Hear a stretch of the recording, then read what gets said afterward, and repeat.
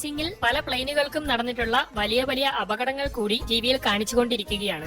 ഈ ബുക്ക് മാത്രം നോക്കി ഞാൻ നിന്നെ പ്രാക്ടീസ് ചെയ്യിക്കുകയാണെങ്കിൽ റേസിന് പോകുമ്പോൾ നിനക്കും അപകടം സംഭവിക്കാൻ സാധ്യതയുണ്ടെന്നും അതുകൊണ്ട് ഏതെങ്കിലും എക്സ്പീരിയൻസ് ഉള്ള ഒരു കോച്ചിനെ കൊണ്ട് നീ ട്രെയിനിങ് എടുത്തേ പറ്റുള്ളൂ എന്നും ചഗ് പറയുന്നു. എന്നെ പ്രാക്ടീസ് ചെയ്യിക്കാൻ പറ്റിയ എക്സ്പീരിയൻസ് ഉള്ള ആരാണ് ഉള്ളത് എന്ന് ഡസ്റ്റി ചോദിക്കുമ്പോൾ ഇവിടെ നമ്മുടെ പഴയ ആർമിക്കാരനായ സ്കിപ്പർ ഇല്ലേ എന്നും അദ്ദേഹത്തോട് നിന്നെ പ്രാക്ടീസ് ചെയ്യിക്കാൻ പറ്റുമോ എന്ന് ചോദിച്ചാലോ എന്നും അവൻ ചോദിക്കുന്നു. അദ്ദേഹം റിട്ടയർ ആയ ഒരു വയസ്സായ ആളല്ലേ, അദ്ദേഹത്തെ കൊണ്ട് അതിനൊക്കെ പറ്റുമോ എന്ന് അവൻ ചോദിക്കുമ്പോൾ അദ്ദേഹം പഴയ യുദ്ധങ്ങളിലൊക്കെ ഹീറോ ആയിരുന്നെന്ന് ഞാൻ കേട്ടിട്ടുണ്ടെന്നും 50 വിമാനങ്ങളെ വെടിവെച്ചിട്ടുള്ള ആളാണെന്നും യുദ്ധങ്ങളിലൊക്കെ അദ്ദേഹം തകർപ്പൻ പെർഫോമൻസ് കാഴ്ചവെച്ചിട്ടുണ്ടെന്നും ഞാൻ കേട്ടിട്ടുണ്ടെന്ന് ചഗ് പറയുന്നു. അങ്ങനെയെങ്കിൽ അദ്ദേഹത്തോടൊന്ന് ചോദിച്ചു നോക്കാമെന്ന് അവർ തീരുമാനിക്കുകയും അവർ നേരെ സ്കിപ്പറിന്റെ ഗാരേജിന്റെ അടുത്തേക്ക് ചെല്ലുകയും ചെയ്യുന്നു. അങ്ങനെ അവിടെ ചെന്നതിന് ശേഷം പേടിയോടെ ജസ്റ്റി കോളിംഗ് ബെൽ അടിക്കുന്നു. എന്നാൽ ഈ സമയം കൊണ്ട് ചഗ് അവിടെ നിന്നും ഒളിക്കുകയും പെട്ടെന്ന് ആ വാതിൽ തുറക്കുകയും ചെയ്യുന്നു. ഇതോടെ സ്കിപ്പർ പുറത്തേക്ക് ഇറങ്ങി വരികയും ഇത് കണ്ട് അവൻ വളരെ പേടിയോടെ തന്റെ ആവശ്യം പറയുകയും ചെയ്യുന്നു. ഞാനൊരു റേസിംഗ് ടൂർണമെന്റിൽ പങ്കെടുക്കാൻ ആഗ്രഹിക്കുകയാണെന്നും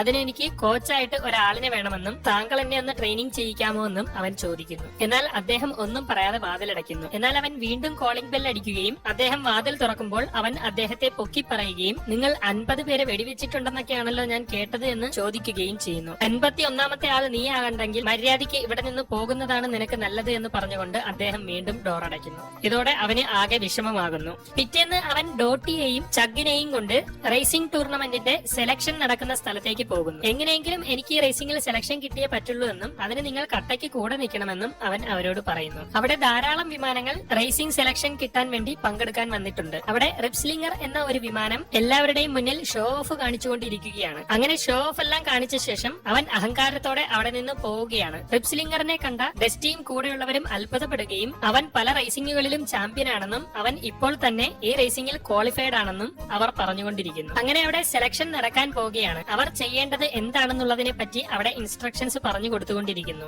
ഈ സ്റ്റേഡിയത്തിൽ ഒരു ട്രാക്ക് തയ്യാറാക്കി വെച്ചിട്ടുണ്ട്. ഓരോരുത്തരായി ആ ട്രാക്ക് കറങ്ങി ഏറ്റവും കുറഞ്ഞ സമയത്തിനുള്ളിൽ അത് പൂർത്തിയാക്കുന്ന ആദ്യത്തെ 5 പേരായിരിക്കും റേസിംഗിന് ക്വാളിഫൈ ആവുന്നത്. അങ്ങനെ ക്വാളിഫിക്കേഷന് വേണ്ടിയുള്ള സെലക്ഷൻ തുടങ്ങുകയും ഓരോരുത്തരായി ട്രാക്കിലൂടെ പറക്കാൻ തുടങ്ങുകയും ചെയ്യുന്നു. ചരിഞ്ഞും മറിഞ്ഞും തിരിഞ്ഞുമെല്ലാം അവർ ആ ട്രാക്കിലൂടെ ഓടുന്നു. അങ്ങനെ ഓരോരുത്തരായി മാറി മാറി അതിൽ പങ്കെടുക്കുകയും അതിൽ ചിലർക്കൊക്കെ അപകടങ്ങൾ പറ്റുകയും ചെയ്യുന്നു. അങ്ങനെ ഒടുവിൽ ഡസ്റ്റിയുടെ ഊഴമെത്തുന്നു. അവന്റെ പേര് വിളിക്കുന്നത് കേട്ട് അവൻ ട്രാക്കിലേക്ക് ഇറങ്ങി ചെല്ലുകയും അവൻ വരുന്നത് കണ്ട് ഈ മരുന്നടിക്കുന്ന വിമാനം എന്തിനാണ് ഇവിടെ വന്ന് നിൽക്കുന്നതെന്ന് അവതാരകൻ ചോദിക്കുകയും ചെയ്യുന്നു. ഞാൻ റേസിംഗിലെ സെലക്ഷനിൽ പങ്കെടുക്കാൻ വേണ്ടി വന്നതാണെന്ന് അവൻ പറയുമ്പോൾ അവർ അവനെ കളിയാക്കുകയും നിന്നെ കൊണ്ടൊന്നും ഇത് പറ്റുന്ന പണിയല്ലെന്നും നിന്നെ നിർമ്മിച്ചിരിക്കുന്നത് മരുന്നടിക്കാൻ വേണ്ടി മാത്രമാണെന്നും റേസിംഗിൽ പങ്കെടുക്കാൻ നിന്നെ കൊണ്ട് കഴിയില്ലെന്നും അവർ പറയുന്നു. അവിടെ നിൽക്കുന്നവരെല്ലാം അവൻ ട്രാക്കിലേക്ക് ഇറങ്ങി വരുന്നത് കണ്ട് അവനെ കളിയാക്കുകയും ചിരിക്കുകയും ചെയ്തുകൊണ്ടിരിക്കുന്നു. അതൊക്കെ കേട്ട് അവന് നല്ല വിഷമമാകുന്നു. എന്നാൽ അവൻ അതൊന്നും ശ്രദ്ധിക്കാതെ മത്സരത്തിന് തയ്യാറാവുകയും അവൻ ട്രാക്കിലൂടെ പറക്കാൻ തുടങ്ങുകയും ചെയ്യുന്നു. എന്നാൽ അവൻ വളരെ മികച്ച ഒരു പ്രകടനമാണ് അവിടെ കാഴ്ചവെക്കുന്നത്. ഇത് കണ്ട് അവതാരകൻ വളരെയേറെ അത്ഭുതപ്പെട്ടു പോവുകയും അവനിപ്പോൾ പങ്കെടുക്കാൻ വന്ന മറ്റുള്ളവരെക്കാളും നല്ല പ്രകടനമാണ് കാഴ്ചവെച്ചുകൊണ്ടിരിക്കുന്നതെന്നും പറഞ്ഞുകൊണ്ടിരിക്കുന്നു.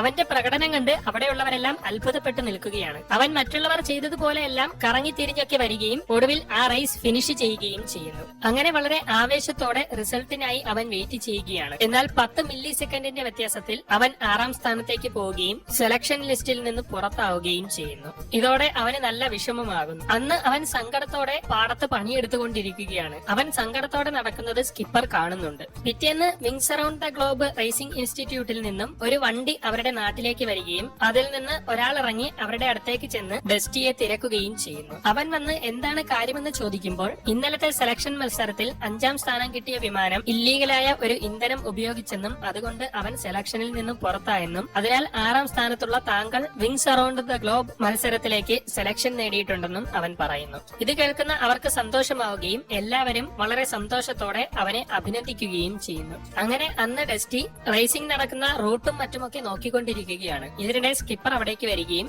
നിന്റെ പ്രാക്ടീസ് എല്ലാം ഞാൻ ശ്രദ്ധിച്ചിരുന്നുവെന്നും നീ ചരിഞ്ഞു പറക്കുന്നതും ടേൺ എടുക്കുന്നതും ഒന്നും ശരിയായ രീതിയിലല്ല. ഇങ്ങനെയൊക്കെയാണ് നീ മത്സരിക്കുന്നതെങ്കിൽ നിന്നോടൊപ്പമുള്ള യഥാർത്ഥ റേസർമാരെ നിനക്ക് തോൽപ്പിക്കാൻ കഴിയില്ല. പിന്നെ ഞാൻ എന്തൊക്കെയാണ് ചെയ്യേണ്ടത് എന്ന് അവൻ സ്കിപ്പറിനോട് ചോദിക്കുന്നു. മോനെ, നീ ഒരിക്കലും റേസർ ആവാൻ വേണ്ടി ജനിച്ചവനല്ല. നീ ഒരു ക്രോപ്പ് ടെസ്റ്റർ ആണ്. മരുന്നടിക്കാൻ വേണ്ടി മാത്രമാണ് നിന്നെ നിർമ്മിച്ചിട്ടുള്ളത്. അതിനൊത്ത രീതിയിൽ മാത്രമേ നിനക്ക് പറക്കാൻ കഴിയൂ. റേസിംഗ് എന്നുള്ളത് നിന്റെ അതിമോഹമാണ് എന്ന് അദ്ദേഹം പറയുന്നു. ഇത് കേൾക്കുന്ന ഡസ്റ്റിക്ക് സങ്കടമാകുന്നു. എന്നും ഇങ്ങനെ മരുന്നടിച്ച് വയലിൽ തന്നെ നടക്കാൻ എനിക്ക് താല്പര്യമില്ല. എന്നും ഒരേ വയലിൽ തന്നെ അങ്ങോട്ടും ഇങ്ങോട്ടും പറന്നു നടക്കുന്നു. ആ ആഴ്ചകളോളം, മാസങ്ങളോളം, വർഷങ്ങളോളമായി ഞാൻ പറക്കുന്നു. ആയിരക്കണക്കിനും 10,000-കണക്കിന് മൈലുകൾ ഞാൻ പറന്നു. എന്നാൽ ഇന്ന് വരെ ഞാൻ ഇവിടെ നിന്നും പുറത്തേക്കൊന്നും പോയിട്ടില്ല.